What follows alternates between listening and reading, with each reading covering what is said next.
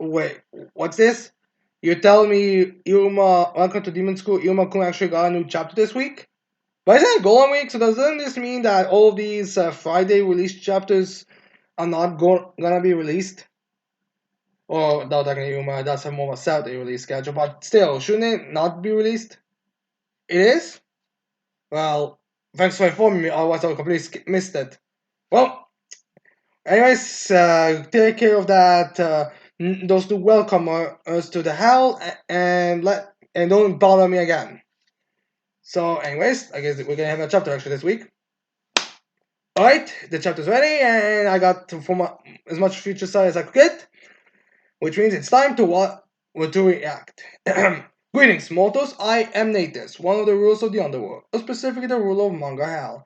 And today we'll be reacting to the newest chapter. Welcome to Demon School, Iruma-kun. Chapter 250. Carelessness is your biggest nemesis. Surprisingly enough, it's only like halfway when it comes to carelessness and not being careless. But whatever, even if the chapter just halfway applies, it might as well be considered together. So anyways, the first page we get of this chapter is Caligo and Balam in their color scheme with those masks.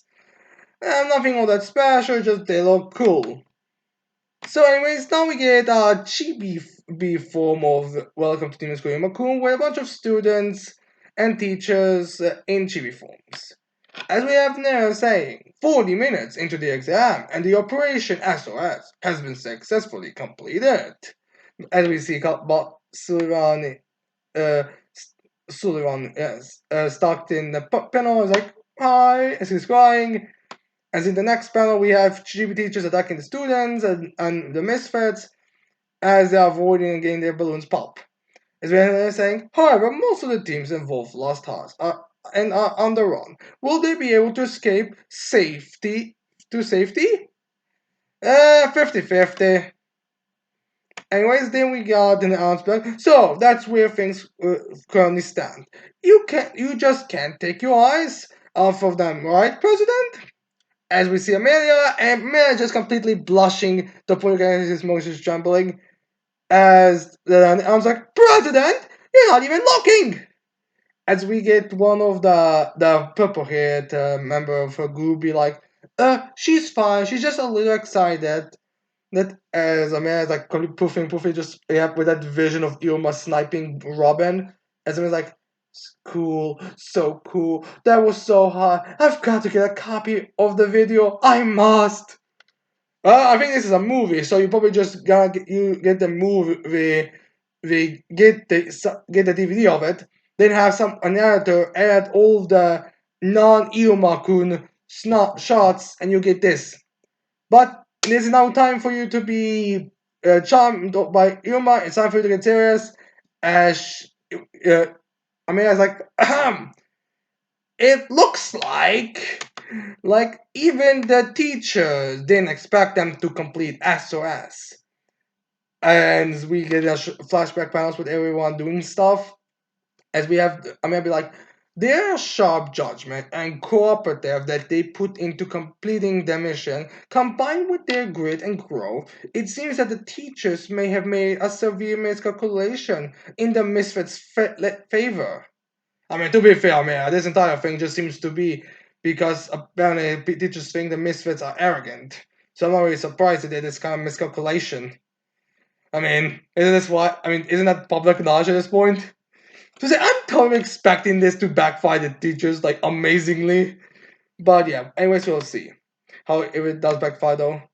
So anyways, then we get Amir be like, and that's why what happens next will be extra fiendish. She is starting to laugh, and the fact that she's still blushing a bit, so she's like, "Oh yes, Iruma," but she have to be sailor now. I guess even Amira is starting to lose the how she can immune herself from the charm. So, anyways, as we get Amira's group and then announce to be like, all like gulp, as Amira's like, they worked hard, they deserve to be praised, but as a result, two of the strongest teachers will finally be deployed. So, aren't Balam and Kalagur the strongest teachers? Not two of the strongest, just the strongest two. But whatever, maybe there are some powerful teachers that just are not that ranked yet. I mean, you do have to be promoted, and in that state, how the fuck are you only rank 4? You should be rank 5. So yeah, I guess I guess ranks don't really matter that much. It's just the two are both 8. But anyways, as the two are leaving with plans and servers, we cut to hallway outside the teacher's lounge as we see Team EX and Team Crusalia both being there. As then we have Crusalia be like, I think we are far enough from the principal's office as she's panting. As the black-haired mermaid's like, and the teachers? They're not following us? Which means, as EX is like, we escaped! As she's celebrating, as they're all like taking a breather. As we then have those 26 students or the freshmen be chattering as the white hair mermaid's like, we lost one heart, but we managed to complete the mission. As we have the stone guy be like, we should show them. And then the light guy's like, well, of course we did. That was nothing. And then we have the Crusalia be like, you guys, thank you. And well done, as we see Elizabeth and Crusalia, EX and Crusalia both smiling and being very, a bit blushful. So yeah, as we have the mermaid sisters or mermaid twins, market, and the two uh, as the rock and the lion guy both getting charmed. I mean, we are talking about the two most beautiful girls. Well, okay, I'm not sure how people would rank these two, but I'm pretty sure these two rank pretty highly in terms of beauty in the entirety of school. I think you could. I think maybe like Ameria and that succubus teacher and Shida maybe rank above these two, but I'm pretty sure that these two rank on the in the top 5. But yeah, as they are getting charmed, we then have the mermaid twins be like, "No way! It was all thanks to you two. That's right. You were so beautiful and cool. I admire you so much." As EX is big, "Aw." As then we have the black maid mermaid sister be like, is that right, guys? As they were not expecting to respond, as the two guys are like, well, that was, as the lion guy's like, that was awesome. That's the misfits for you, I guess. Is also a bit ashamed of this. As the rock guy's like, I was wrong for looking down on you two for being girls. Yeah, that's what it, yeah. Maybe this. I guess that's why these two guys and Cosella were complaining about, were arguing with one another every time we cut to them. But yeah, it's kind of not interest. But I feel like there should be a little bit more dialogue between them if this is supposed to be like a big character type of thing. Huh. I bet suppose this guy was looking down on them for being girls and not looking down on them because of, their abilities. I mean, Kusela is there to be very weak in terms of ice magic, while EX is very much just charm, charm, charm. Seriously, are we sure that she's not in family, in family, like a family relative to the succubus teacher? Because I'm pretty sure that she can be considered to be in family with her. But yeah, anyways, as they are being told that, we have EX and Casella both smirking and smiling, and they're both also like blushing a bit.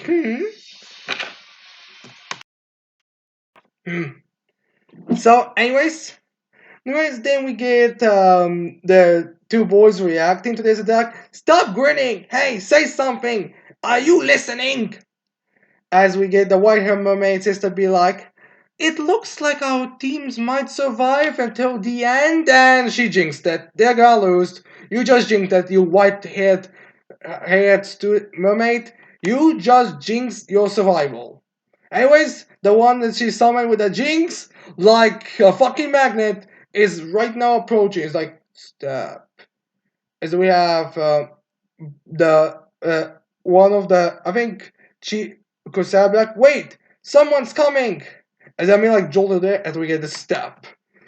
As we see, the one who's approaching them is Color Girl, as he's stepping closely.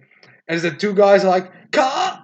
As we don't even have the two finishing their sentence, as we immediately have EX putting her hair down and Cosella removing her glasses, as EX like, full of Gouge, 100% unleashed. As we get the two girl mermaids be like, oh! As we have Cosella like, evil doll mode, unleashed. Wait, that's a spell? I knew that was a spell. I just thought Evil Doll was what she was doing. But I guess that's actually a spell. As we get the two guys, we're also like, what? I guess the lion guys were laughing and stuff. So that's what she meant when she said if she did that, she would destroy me. She wasn't lying or being an idiot. She was telling the truth. I'm just imagine that's what he's thinking right now. And for our sake, and for the sake of the students watching this, I hope the effects are not coming through screen because otherwise we are going to get a bunch of simps. Can you imagine if all they had after this, Crusalia and EX just get a bunch of simps, even more so than before? That would be hilarious. But anyways, what the perspective of having everyone who's watching this movie right now becoming Crusader and EX says simp or servant in Crusader's case? This effect has nothing to affect on Caligo as he just uses Cerberus Claw and his I don't even think direct hit, just the sheer force of the Cerberus moving his claws pops the black hit, Mermaid's balloon, and the Lion Guy's balloon as Calico is just like, huh, as there's some electricity coming from his palm. As Calico's like, you are 1,000 years too early to know to entice me. Yeah, all this says to me is that Momonoke is gonna have to join the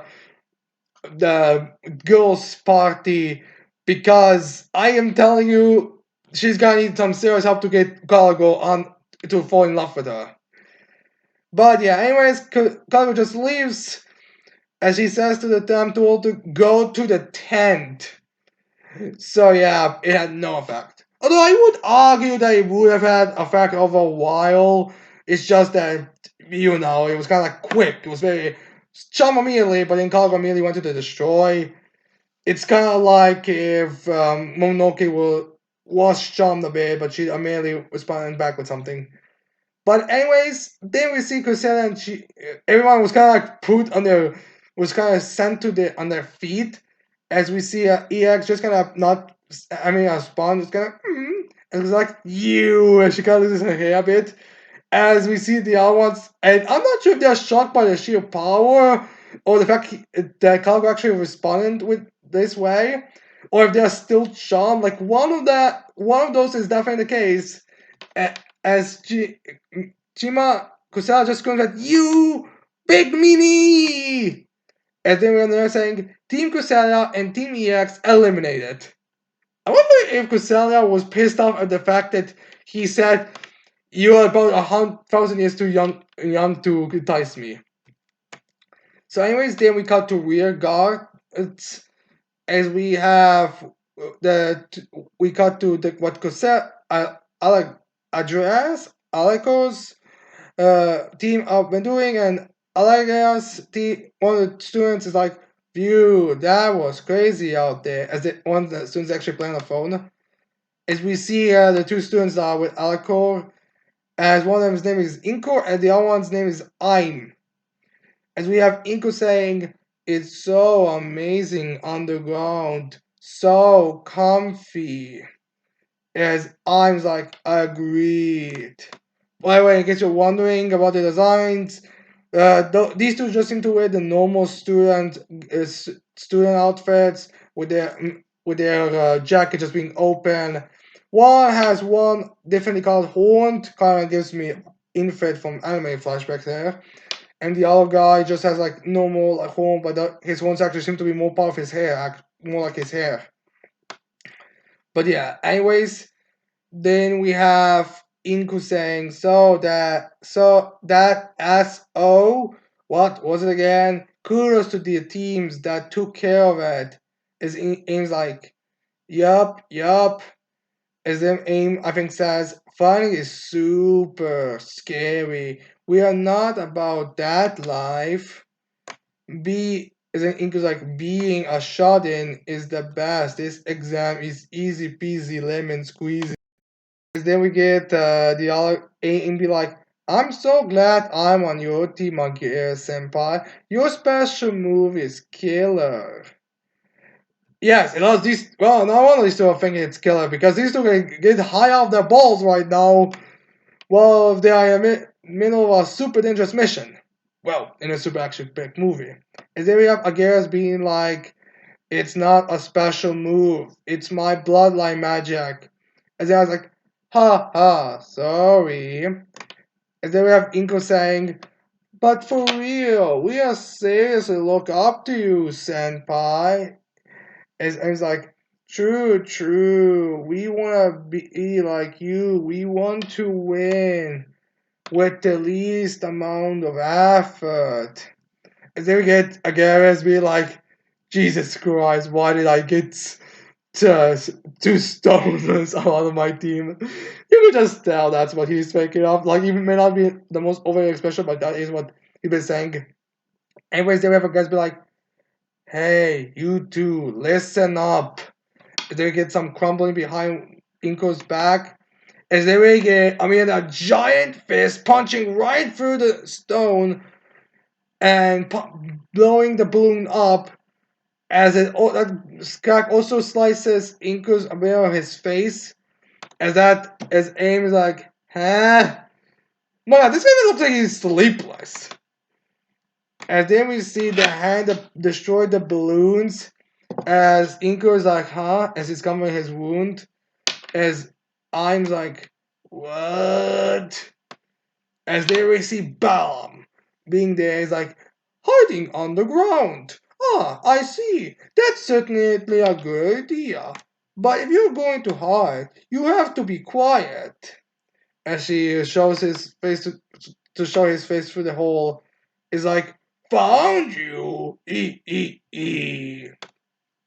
As then we get again like, ugh, in Amy like, and he could be like, and there's also something of a cut in his hand.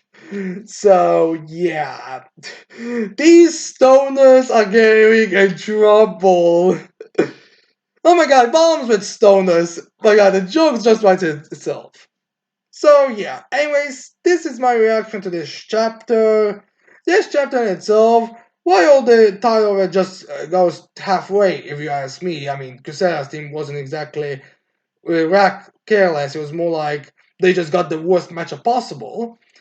The last one was definitely very careless. These guys are fucking stoners for God's sakes. What you expect? But yeah, so this chapter was a pretty decent in between chapter. Nothing crazy, nothing over the top. Just showing off the things are getting serious. And yeah, now how this is gonna go? I feel like we might focus a bit on this team, like just enough to see them what they are doing, and to get some development stuff out of them. Maybe we're also gonna have Team Gap participating in this fight against Balaam. Not sure if they're gonna escape. I could easily see them all their balloons being popped, but we will see how things go. And yeah, I'm a bit surprised that we didn't see Jazzes. And it seems like in the last chapter he had an encounter with someone, and I don't think it was any other student. Any other student, so he should be with a teacher. But who knows? Maybe we're gonna focus this on the next chapter. It could be that Balaam takes care of the other balloon quickly as well.